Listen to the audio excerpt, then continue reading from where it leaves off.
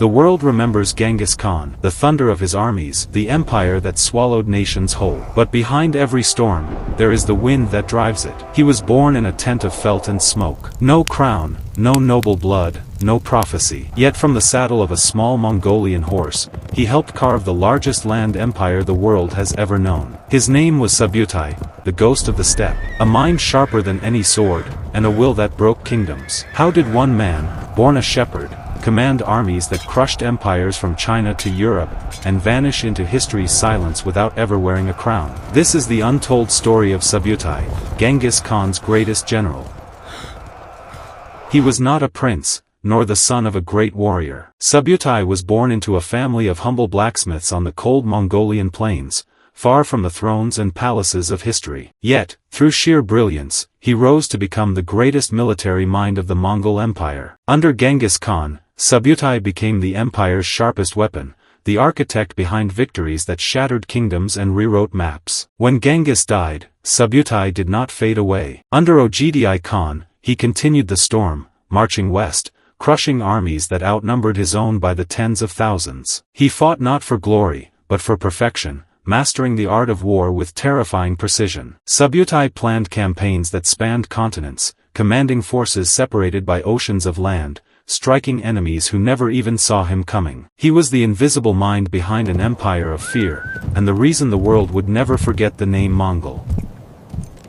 Subutai's story began on the endless grasslands of Mongolia, a place where survival was earned, not given. He learned to ride before he could walk, to hunt before he could speak. The steppe was his first teacher, harsh, unforgiving, and eternal. His father was a blacksmith, a loyal servant to Temujin, the man who would one day be known as Genghis Khan. Their family had little, but what they lacked in wealth, they made up for in loyalty and courage. From the fires of his father's forge, Subutai learned that strength came not from birth, but from will. When he first met Temujin, Subutai was just a young warrior, quiet, sharp-eyed, and fearless. He saw in Temujin not just a leader, but a vision, a man who believed that unity could conquer chaos. That belief became Subutai's purpose. One day, when enemy raiders stole his father's herd, Subutai tracked them across the frozen plains, ambushed them, and returned every stolen animal. Impressed by his skill and courage, Temujin brought him into his ranks. It was the beginning of a partnership that would reshape the world. From that moment, Subutai swore loyalty not to gold or glory, but to genius, and together, they would build an empire that the world had never seen before. Under Genghis Khan, Subutai was no longer just a soldier, he became a weapon. One of the legendary four dogs of war, unleashed to hunt down the enemies of the great Khan. Wherever they rode, kingdoms fell silent. Subutai quickly proved he was more than muscle. While others fought with strength, he fought with the mind. He studied every enemy, every landscape, every weakness. His attacks were not random, they were mathematics written in blood. In the early campaigns, he led daring assaults through impossible terrain. When fortresses rose against Genghis, Subutai found ways through their walls, scaling cliffs, breaching gates, and striking where no enemy expected. He mastered the art of deception, retreating just far enough to lure his foes into the jaws of annihilation. His loyalty to Genghis was absolute. While others sought fame,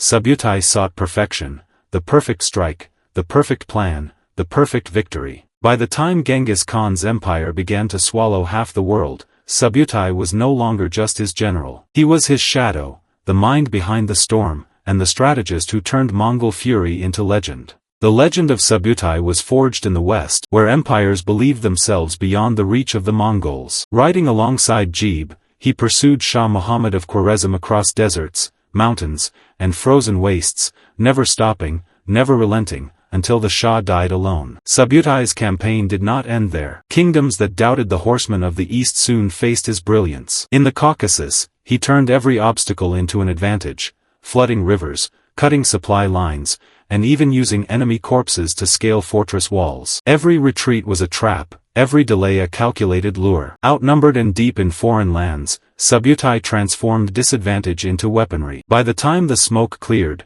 kingdoms had fallen, cities lay in ashes, and Subutai's name had become a whisper of fear along the Silk Road, the ghost general who never rested, never faltered, and never lost. At the Battle of the Kalka River in 1223, Subutai's genius reached a terrifying peak. Outnumbered by an alliance of Rus princes and Kipchak warriors, he turned retreat into a deadly weapon. For 9 days, the Mongols fell back across the open plains, drawing their enemies away from supplies and stretching their formations thin. To the Rus, it seemed like victory. The Mongols were fleeing, and pride drove them forward. But it was all part of Subutai's plan. On the 9th day, exhaustion and overconfidence left the Allied forces vulnerable. From hidden positions, Mongol cavalry struck in every direction, arrows darkening the sky.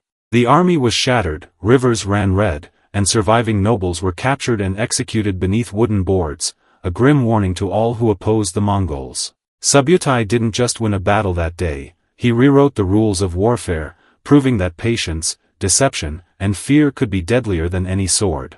Even the greatest minds stumble, and Subutai was no exception. During the campaigns against the Jin dynasty in northern China, he faced his first true setback. The terrain was brutal, the resistance fierce. Supplies dwindled, plans faltered, and even a genius could not bend nature to his will. Word of failure reached the great Khan's court. Ogedai, Genghis's successor, was furious. For the first time, Subutai's loyalty and brilliance seemed to waver under the weight of expectation. But before punishment could fall, Talyui, Genghis Khan's youngest son, spoke in his defense. He reminded the court of Subutai's years of service, his loyalty, and the countless victories that had built the empire itself. Subutai was spared. When Ogedai ordered him to return home and rest, Subutai refused. He said simply, "If my lord works, how can I rest?" He rode back into battle, weary but unbroken, not for glory, not for forgiveness, but for duty. Subutai was a man who lived by one truth, that loyalty was not spoken in words, but proven in hardship. Even in failure, he remained unshaken, the silent engine of an empire that demanded everything from those who served it. Then came the campaign that would make Subutai's name feared across continents, the invasion of Europe.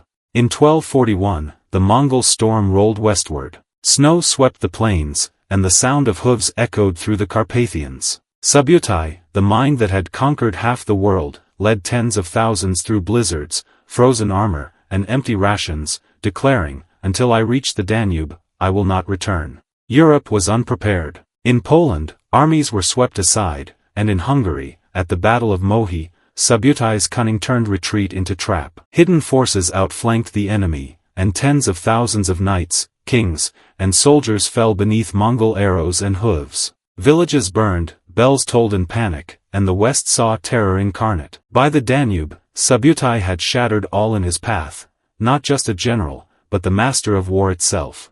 Subutai's final days were far from the battlefields that had defined his life. In 1248, after decades of relentless campaigns, he rode one last time and then retired to the quiet banks of the Tula River. There, the ghost of the steppe, the man who had shaped empires, toppled kings, and rewritten the art of war, breathed his last, at peace, aged 73. His sons and grandsons carried his legacy, not always with the bow, but often with the wisdom he had passed down. They served new Khans, governed distant lands, and ensured that the shadow of Subutai stretched long after his death. He was never crowned, yet kings rode at his command. He ruled no empire, yet shaped half the world. Subutai's story is not just of conquest, but of brilliance, loyalty, and the relentless pursuit of perfection. A man born of the steppe, who became immortal in the annals of history, the invisible hand behind the storm that was the Mongol Empire. And though centuries have passed, the ghost of Subutai still rides, in every strategy, every battlefield, and every tale of a mind that turned war itself into an art. What do you think was Subutai's greatest genius, his strategy, his fearlessness, or his relentless pursuit of victory? Comment below and let us know your thoughts. And while you are there, don't forget to hit the subscribe button and thumbs up. It really helps us keep going, and I really appreciate all of you for tuning in. I will see you in the next video where we will uncover another chapter of history.